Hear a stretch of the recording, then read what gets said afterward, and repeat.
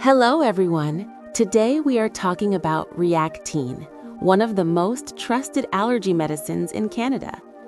Reactine contains Cetirizine hydrochloride, a second-generation antihistamine that provides fast and long-lasting allergy relief.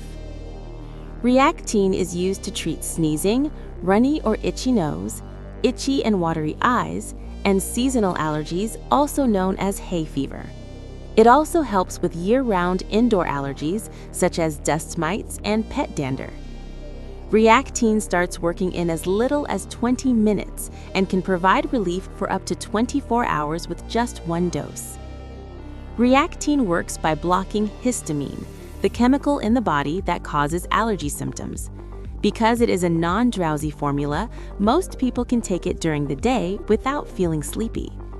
For adults and children 12 years and older, take 1 tablet once daily.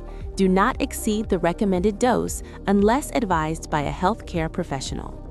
Some people may experience mild side effects, such as slight drowsiness, dry mouth, or headache.